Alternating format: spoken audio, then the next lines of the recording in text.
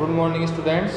महाराजा Surajmal PG college Ajpura की online classes में आपका स्वागत है। पिछले लेक्चर में अपन ने देखा था अष्टफलकीय क्रिस्टल फील्ड द्वारा डी कक्षकों का विभाजन, उसको अपन ने डिटेल में देखा था। आज अपन अगला पॉइंट स्टार्ट करेंगे, चतुष्फलकीय क्रिस्टल फील्ड द्वारा डी कक्षकों का विभाजन, यानी कि आज चतुष्फलकीय ज्योमेट्री की बात करेंगे। यदि चतुष्फलकीय ज्योमेट्री है कॉम्प्लेक्स की, तो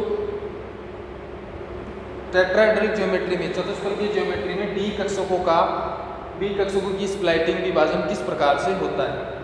तो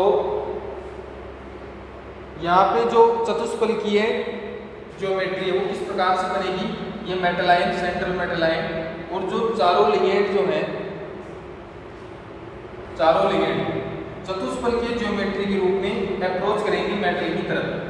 इस प्रकार से लिगेंड यानी कि चतुष्फलकीय ज्यामिति का निर्माण करेंगे। सेंट्रल मेटल एटम के चारों तरफ चतुष्फलकीय क्रिस्टल फील्ड का निर्माण करते हैं लिगेंड, यानी कि ऐसी इनकी पोजीशन होती है, स्थिति होती है। अब अपन बात करें एक्सिस की, यानी कि मेटल के यहाँ पे जो डी ऑर्बिटल है, 5 डी ऑर्बिटल, वो इन लिगेंड की अनुपस्थिति में, एब्सेंस में मेटल के 5 डी ऑर्बिटल एक समान एनर्जी के होते हैं, यानी कि समरंस ऑर्बिटल होते हैं, डीजेनरेट। और जैसे ही लिगेंड मेटल की तरफ अप्रोच करते हैं टेट्राहेड्रल ज्योमेट्री के रूप में, तो यहाँ पे मेटल की जो डी ऑर्बिटल है उनकी समरंसता समाप्त हो जाती है, यानी कि वो 5 डी ऑर्बिटल एक समान एनर्जी के नहीं रहते हैं, यानी कि डी ऑर्बिटल जो है वो स्प्लाइट होगी, विभाजित होगी, अलग अलग एनर्जी के ऑर्बिटल्स के रूप में डिवाइड हो जाते हैं। और ये डिपेंड करता है किस पे, कॉम्प्लेक्स की ज्योमेट्री में, यानी कि लिगेंड कौन सी डायरेक्शन में, कौन सी ज्योमेट्री के रूप में अप्रोच कर रहा है मेटल की तरफ। तो ऑक्टाहेड्रल के लिए अपन ने पिछले लेक्चर में देखा था, आज अपन देखेंगे टेट्राहेड्रल ज्योमेट्री के लिए। अब टेट्राहेड्रल ज्योमेट्री में अपने को पता है 4 लिगेंड होते हैं, और चारों लिगेंड चतुष्फलक के 4 कोनों पर प्रेजेंट होते हैं, यानी कि कोनों से अप्रोच करते हैं मेटल की तरफ, और इस प्रकार से अपने पास एक चतुष्फलक का निर्माण होता है। तो अब अपन मेटल की जो 5 डी ऑर्बिटल है उनकी पोजीशन देखेंगे कि मेटल के 5 डी ऑर्बिटल एक्सिस पे कहाँ पड़ते हैं। अब अपने को पता है, पिछले लेक्चर से पहले ही अपन चर्चा कर चुके कि डी ऑर्बिटल जो है 5, उनकी पोजीशन क्या होती है एक्सिस पे, यानी कि 5 में से 2 ऑर्बिटल जो है d x square minus y square और डी जेड स्क्वायर, वो एक्सिस के ऊपर पड़ते हैं, और d x y, d y z और डी जेड एक्स ऑर्बिटल जो है 3 ऑर्बिटल, उनकी पालियां जो है वो एक्सिस के बीच में पड़ती हैं। तो आकृति ऑर्बिटल्स की वही रहेगी जो पहले थी। और अपने को अब ये देखना है कि यहाँ पे जो लिगेंड अप्रोच कर रहा है वो चतुष्फलक के रूप में कर रहा है, तो इन डी ऑर्बिटल्स की लोब जो है, पालियां जो है, वो कहाँ पड़ती हैं, लिगेंड के पास में पड़ती है, एक्सिस के ऊपर या एक्सिस के बीच में। तो लिगेंड से उन ऑर्बिटल्स की दूरी किस प्रकार से रहेगी, यानी कितनी दूरी पे प्रेजेंट रहेंगी या पास में होंगी, पहले इसको देखेंगे अपन।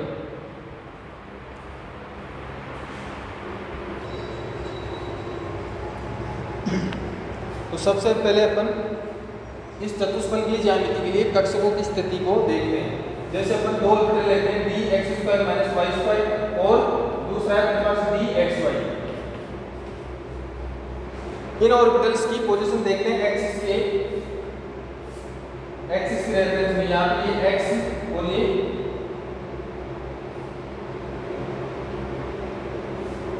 एक्स वाई और जेड। अब यहाँ पे अपन बात करें d x square minus y square orbital, तो इसकी पालियां कहाँ पड़ती हैं, एक्स और वाई अक्ष जो है उसके ऊपर, एक्स अक्ष और अपना ये वाई अक्ष। इस प्रकार जैसा अपन ने पहले देखा था, ये कंडीशन होती है d x square minus y square orbital की। और अपन बात करें डी एक्स वाई ऑर्बिटल की, तो ये अपना एक्स एक्सिस, वाई एक्सिस और z axis. D x y, x y orbital की जो पालियां का पड़ती है एक्स और वाई एक्सिस के बीच में, ये इस तरफ y डैश z डैश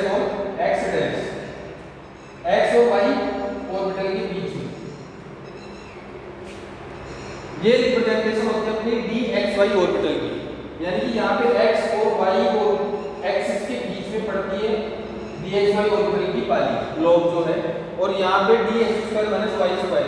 यहाँ पे इस ऑर्बिटल की पालियां जो है वो कहाँ पड़ती हैं, x एक्सिस के ऊपर और y एक्सिस के ऊपर। इस प्रकार से इधर ये y डैश होगा, z डैश और x डैश, ये रिप्रेजेंटेशन होती है। अब अपने को ये देखना कि यहाँ पे लिगेंड जो है कहाँ से अप्रोच करें। यहाँ पे लिगेंड जो चतुष्फलक के कोनों से अप्रोच करें, तो यहाँ पे पहले अपन देखें dx² - y² ऑर्बिटल, ये x एक्सिस यहाँ पे अपन सेंट्रल मेटल एटम प्रेजेंट करते हैं, ये x एक्सिस, ये y एक्सिस। तो यहाँ पे पालियां जो है वो कहाँ है, एक्सिस के ऊपर, जबकि लिगेंड कहाँ प्रेजेंट है, मेटल से चतुष्फलक जो एक घन जो है उसके कोने में, यानी कि यहाँ पे लिगेंड अप्रोच कर रहा है। यानी कि dx² - y² ऑर्बिटल जो है वो उसकी पालियां जो है वो एक्सिस के ऊपर पड़ रही है, जबकि जो मेटल से लिगेंड अप्रोच कर रहा है, लिगेंड मेटल की तरफ अप्रोच कर रहा है, वो लिगेंड एक्सिस के ऊपर नहीं है। यानी कि एक घन से अपन समझने की कोशिश करें तो घन का जो कोना होता है, कोने की ओर से अप्रोच करते हैं लिगेंड। यानी कि यहाँ पे dx² - y² ऑर्बिटल की पालियां एक्सिस के ऊपर पड़ती है, x और y एक्सिस के ऊपर, जबकि लिगेंड कहाँ से अप्रोच करता है, मेटल की तरफ। एक घन जो होता है क्यूब के कोने की ओर से, कोने की तरफ से अप्रोच करता है लिगेंड। तो यानी कि यहाँ पे जिस डायरेक्शन में लिगेंड मेटल की तरफ अप्रोच कर रहा है, उस डायरेक्शन में यहाँ पे dx² - y² ऑर्बिटल की पाली नहीं पड़ रही है। यानी कि सीधी सी बात ये है कि यहाँ पे लिगेंड और लोब्स के बीच में दूरी होगी, यानी कि नजदीक प्रेजेंट नहीं होंगे। यहाँ पे dxy ऑर्बिटल की बात करें तो dxy में पालियां जो कहाँ पड़ती हैं, x और y एक्सिस के बीच में, जबकि लिगेंड ये मेटल और लिगेंड कहाँ से अप्रोच कर रहा है, चतुष्फलक के कोने से। यानी कि यहाँ पे लिगेंड जो है dxy ऑर्बिटल में जो घन के जो किनारे होते हैं, उन किनारों को मिलाने वाली रेखा जो होती है उसके मध्य में पड़ता है कौन, लिगेंड। दो किनारों को मिलाने वाली रेखा के मध्य में पड़ता है लिगेंड, और यहाँ पे पाली जो है वो कहाँ पड़ रही है, x और y एक्सिस के बीच में। लेकिन अपने को इन दोनों रिप्रेजेंटेशन को देखने से ये पता चलता है कि यहाँ पे लिगेंड से, दोनों रिप्रेजेंटेशन में लिगेंड से कौन सा d ऑर्बिटल अधिक नजदीक है और कौन सा d ऑर्बिटल दूर है। तो देखने से यह पता चलता है कि ये जो d ऑर्बिटल है dxy, ये लिगेंड के अधिक नजदीक पड़ता है।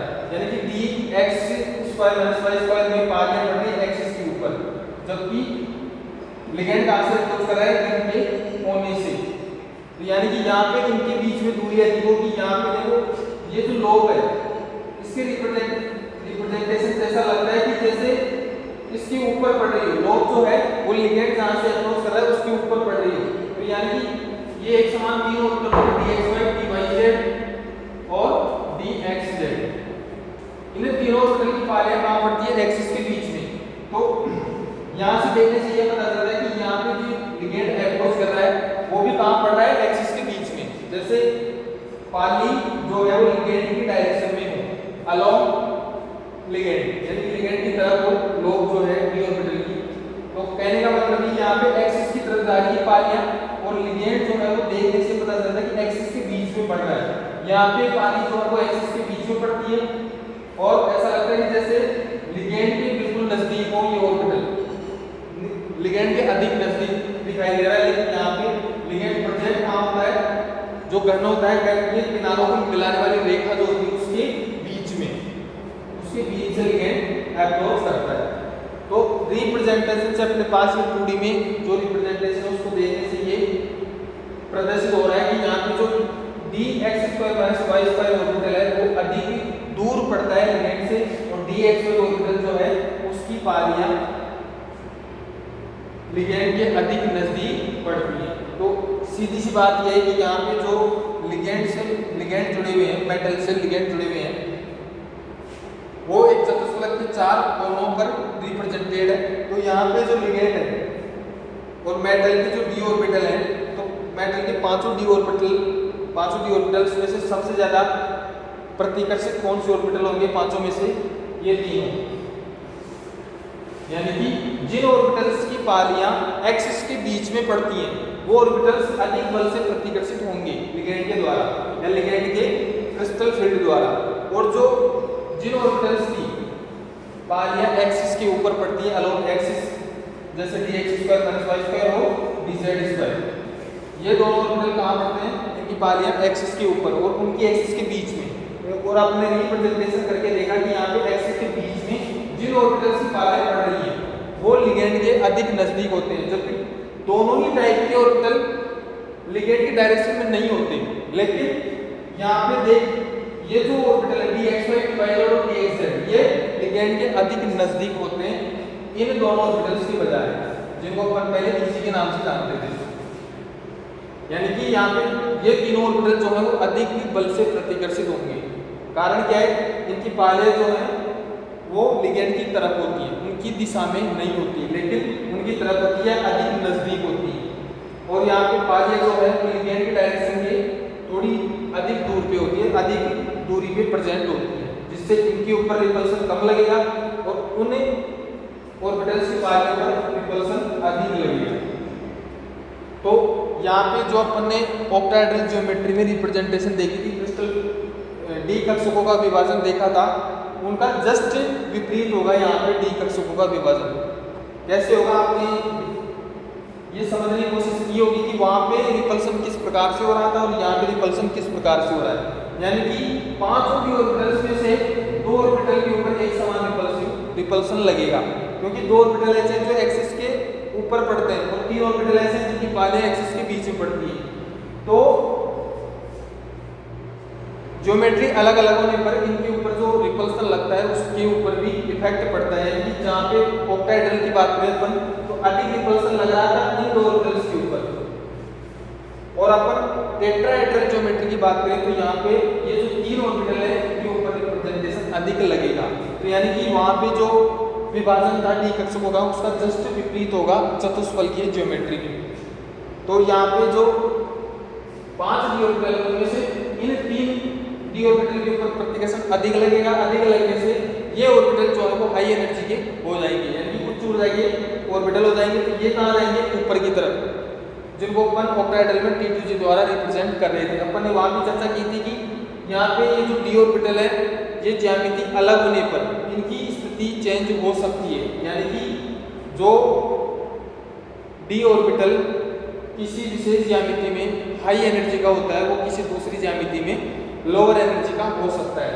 तो यहाँ पे अब हाई एनर्जी ऑर्बिटल कौन से होंगे, dxy dz और dxz, और लोअर एनर्जी के dx² - y² और dz²। क्यों, क्योंकि इनके ऊपर प्रतिकर्षण लिगेंडों के द्वारा कम लगता है, अधिक दूरी पर स्थित या प्रेजेंट रहने के कारण। तो यहाँ पे तीन ऑर्बिटल क्या होंगे, हाई एनर्जी के, दो ऑर्बिटल लोअर एनर्जी के।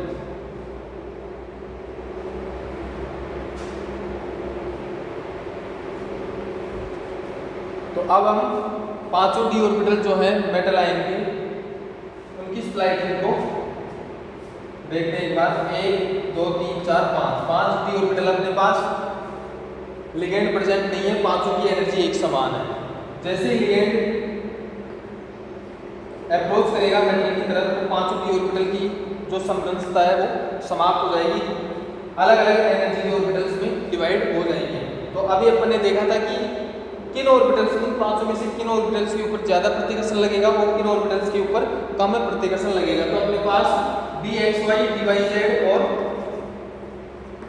dzx या xz, इन तीन ऑर्बिटल्स के ऊपर प्रतिकर्षण अधिक लग रहा था तो ये हाई एनर्जी के हो जाएंगे। तो ऊपर की तरफ कौन जाएंगे, तीन ऑर्बिटल, ऊपर की तरफ तीन ऑर्बिटल कौन से वाले, dxy dyz और dzx, और नीचे की तरफ मतलब जिनकी एनर्जी कम है, कम एनर्जी जिनकी है dx² - y² और dz²। ये ऑर्बिटल दोनों नीचे चले जाएंगे क्योंकि इनकी एनर्जी कम है, और इनको रिप्रेजेंट करते हैं अपन हाई एनर्जी कक्षकों को यहाँ पे T2 द्वारा। हाई एनर्जी से मतलब नहीं, तीन ऑर्बिटल जो हैं उनको T2 से, और यहाँ पे दो ऑर्बिटल जो है उनको E द्वारा, और ये अपनी रेफरेंस स्टेट या वेरी सेंटर। अब यहाँ से इसका मान क्या होता है यहाँ पे, एवरेज जो है इसका 0।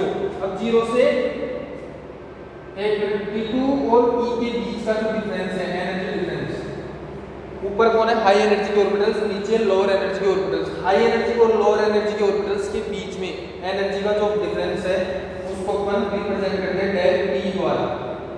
ऑक्टाहेड्रल में डेल O द्वारा रिप्रेजेंट कर रहे थे, यहाँ पे डेल T या 10 dQ। हाई और लोअर एनर्जी के ऑर्बिटल्स के बीच का ऊर्जा अंतर डेल T द्वारा। अब यह अपनी रेफरेंस स्टेट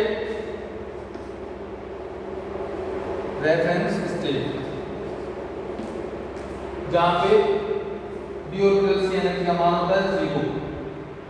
अब यहां से जो ऑर्बिटल ऊपर की तरफ है वहां उनका क्या होगा, एनर्जी का मान अधिक होगा, और 0 से नीचे की तरफ एनर्जी का मान 0 से कम यानी कि नेगेटिव होगा ऊपर की तरफ। अब तीनों ऑर्बिटल्स के लिए एक ऑर्बिटल जो है वो प्लस एक ऑर्बिटल की एनर्जी, कितनी एनर्जी अधिक बढ़ी ऊपर 0.4 डेल T, यानी कि एक ऑर्बिटल की ऊर्जा में वृद्धि कितनी हुई, प्लस के 0.4 डेल T।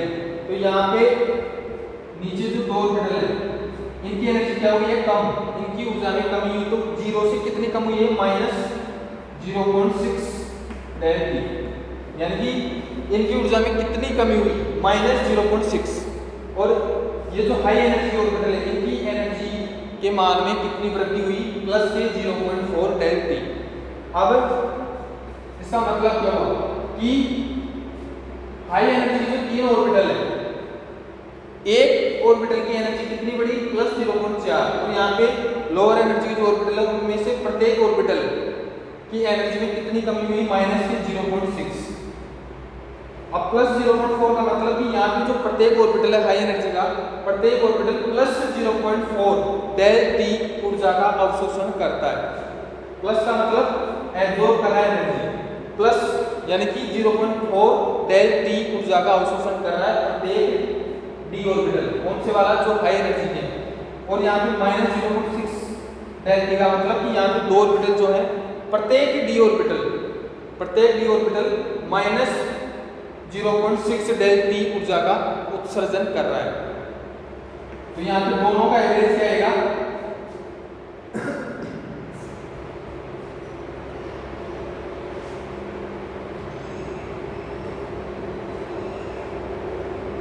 तो यहाँ पे CFSE का मान क्या होगा, क्रिस्टल फ्लूइड स्लाइडिंग एनर्जी। जो पिछले लेक्चर में अपन ने फॉर्मूला देखा था वही फॉर्मूला रहेगा यहाँ पे। तो यहाँ पे डायरेक्ट करें अपन तो प्लस एक ऑर्बिटल की एनर्जी कितनी बढ़ी, प्लस 0.4, प्लस की 0.4 इनटू कितने ऑर्बिटल है, 3। तो 3 के लिए प्लस का 1.2 डेल T, और यहाँ पे एक ऑर्बिटल की एनर्जी कितनी कम हुई, माइनस 0.6, और कितने ऑर्बिटल अपने पास, 2, मान कितना है, माइनस के 1.2 डेल T। तो यहाँ पे CFSE का मान क्या होगा, plus 1.2 del T plus minus के 1.2 डेल T, यानी कि CFSE का मान आएगा अपने पास 0। एनर्जी डिफरेंस का मान 0, यानी कि एवरेज जो है उसका मान कितना आएगा, 0। अब यहाँ पे जो तीन ऑर्बिटल है कौन कौन सी, यहाँ पे dxy, dyz और dxz, और ये दोनों ऑर्बिटल कौन से हैं, dx² - y² और dz²। ये था अपना डी कक्षकों का विभाजन टेट्राहेड्रल ज्योमेट्री के लिए। अपन ऑक्टाहेड्रल ज्योमेट्री की बात करें तो वहां पे इन पांचों डी ऑर्बिटल्स में से ये जो तीन ऑर्बिटल है जिनको अपन T2 द्वारा दिखा रहे हैं ये लोअर एनर्जी के थे, और यहाँ पे टेट्राहेड्रल ज्योमेट्री में T2 का ऑर्बिटल हायर एनर्जी के ऑर्बिटल्स हैं, और ऑक्टाहेड्रल में ई ऑर्बिटल जो है वहां पे अपन इनको Eg द्वारा रिप्रेजेंट कर रहे थे, यहाँ पे E द्वारा, यानी कि G सिंबल जो है उसको टेट्राहेड्रल ज्योमेट्री में हटा दिया जाता है क्योंकि G से संबंधित यहाँ पे कोई सममिति प्रेजेंट नहीं होती है। इसलिए यहाँ पे टेट्राहेड्रल ज्योमेट्री में अपन T2 द्वारा और 3 ऑर्बिटल को और 2 ऑर्बिटल को E द्वारा रिप्रेजेंट करते हैं। तो जस्ट वहाँ पे जो डी कक्षकों का विभाजन था और टेट्राहेड्रल ज्योमेट्री में जस्ट इसका विपरीत होगा, उल्टा होगा। वहाँ पे 3 ऑर्बिटल लोअर एनर्जी के थे और 2 ऑर्बिटल हाई एनर्जी। यहाँ पे 3 ऑर्बिटल हाई एनर्जी के और 2 ऑर्बिटल लोअर एनर्जी के। तो अब यहाँ पे जो डेल टी का मान जो है, डेल टी का मान कम होता है किसके बजाय, डेल ओ के बजाय। यानी कि ऑक्टाहेड्रल ज्योमेट्री में इन एनर्जी ऑर्बिटल्स की एनर्जी डिफरेंस का मान जो है वो ज्यादा होता है टेट्राहेड्रल की तुलना में। इसके दो कारण हैं। एक तो कि टेट्राहेड्रल ज्योमेट्री में जो डी ऑर्बिटल है वो एक्सिस पे नहीं पड़ते, यानी कि एक्सिस जो डी ऑर्बिटल है मेटल आयन के वो लिगेंड से दूर पड़ते हैं, लिगेंड के अधिक नजदीक नहीं पड़ते हैं। यानी कि दूरी अधिक होती है, अपन ने देखा था, ना ही एक्सिस पे पड़ते हैं ना ही लिगेंड की दिशा में, ना ही एक्सिस पे और ना ही लिगेंड की दिशा में। तो यहाँ पे लिगेंड जो है वो डी ऑर्बिटल जो है वो लिगेंड से अधिक दूरी पे प्रेजेंट होते हैं। और अपन बात करें ऑक्टाहेड्रल ज्योमेट्री तो वहाँ पे 5 में से 2 डी ऑर्बिटल जो है वो बिल्कुल एक्सिस पे पड़ते हैं और एक्सिस पे ही लिगेंड जो है वो अप्रोच करते हैं, बिल्कुल एक समान एक डायरेक्शन में होते हैं, तो वहाँ पे रिपल्सन ज़्यादा होता है। दूसरा कारण ये है कि टेट्राहेड्रल ज्योमेट्री में लिगेंड जो है उनकी संख्या होती है 4 और ऑक्टाहेड्रल में लिगेंडों की संख्या होती है 6। यानी कि डी ऑर्बिटल जो हैं वो टेट्राहेड्रल में 4 लिगेंडों द्वारा प्रतिकर्षित होते हैं। यानी ये 5 डी ऑर्बिटल टेट्राहेड्रल ज्योमेट्री में 4 लिगेंड द्वारा प्रतिकर्षित होंगे और ये डी ऑर्बिटल ऑक्टाहेड्रल ज्योमेट्री में 6 लिगेंड द्वारा प्रतिकर्षित होते हैं। तो यानी कि ज़्यादा रिपल्सन किसमें होगा, ऑक्टाहेड्रल ज्योमेट्री, क्योंकि 6 लिगेंड द्वारा प्रतिकर्षण लगाया जा रहा है। यहाँ पे 4 लिगेंड द्वारा प्रतिकर्षण लगाया जा रहा है तो ऑक्टाहेड्रल के लिए जो एनर्जी डिफरेंस का मान है वो ज़्यादा होगा। 2 कारण थे, एक तो ये कि टेट्राहेड्रल में लिगेंड जो है वो डी ऑर्बिटल जो है वो लिगेंड से दूर पड़ रहे हैं, और दूसरा कारण ऑक्टाहेड्रल में लिगेंडों की संख्या ज्यादा है टेट्राहेड्रल के बजाय। तो यहाँ पे ज्यादा लिगेंडों के कारण अधिक प्रतिकर्षण बल लगता है डी ऑर्बिटल्स पर। यानी कि अपन बात करें यदि धनायन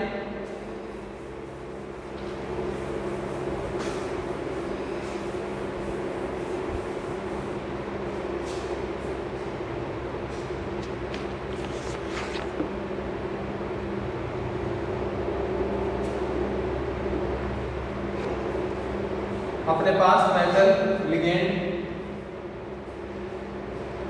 टेट्राहेड्रल और ऑक्टाहेड्रल दोनों ज्योमेट्री में प्रेजेंट हो, धनायन और लिगेंड के बीच की डिस्टेंस जो है बॉन्ड की लेंथ बंध लंबाई वो भी एक समान हो, तब भी उस कंडीशन में भी टेट्राहेड्रल ज्योमेट्री की एनर्जी का मान बहुत ज़्यादा कम होता है। यानी कि डेल टी बराबर 4/9 डेल ओ। यानी कि टेट्राहेड्रल ज्योमेट्री में एनर्जी का इतना कम मान होने का कारण क्या है कि यहाँ पे ऑक्टाहेड्रल ज्योमेट्री में डी ऑर्बिटल 6 लिगेंडों द्वारा रिपल्सिव होते हैं और टेट्राहेड्रल ज्योमेट्री में डी ऑर्बिटल 4 लिगेंडों द्वारा प्रतिकर्षित होते हैं। यानी कि अधिक लिगेंडों की संख्या के कारण अधिक प्रतिकर्षण लगता है डी ऑर्बिटल्स के ऊपर, जिसके कारण यहाँ पे डेल टी का मान कम होता है, डेल ओ का मान ज्यादा होता है। अब अपन वर्गाकार समतलीय शंकुलों के लिए डी ऑर्बिटल्स का जो स्प्लाइटिंग है उसको अगले लेक्चर में देखेंगे। धन्यवाद।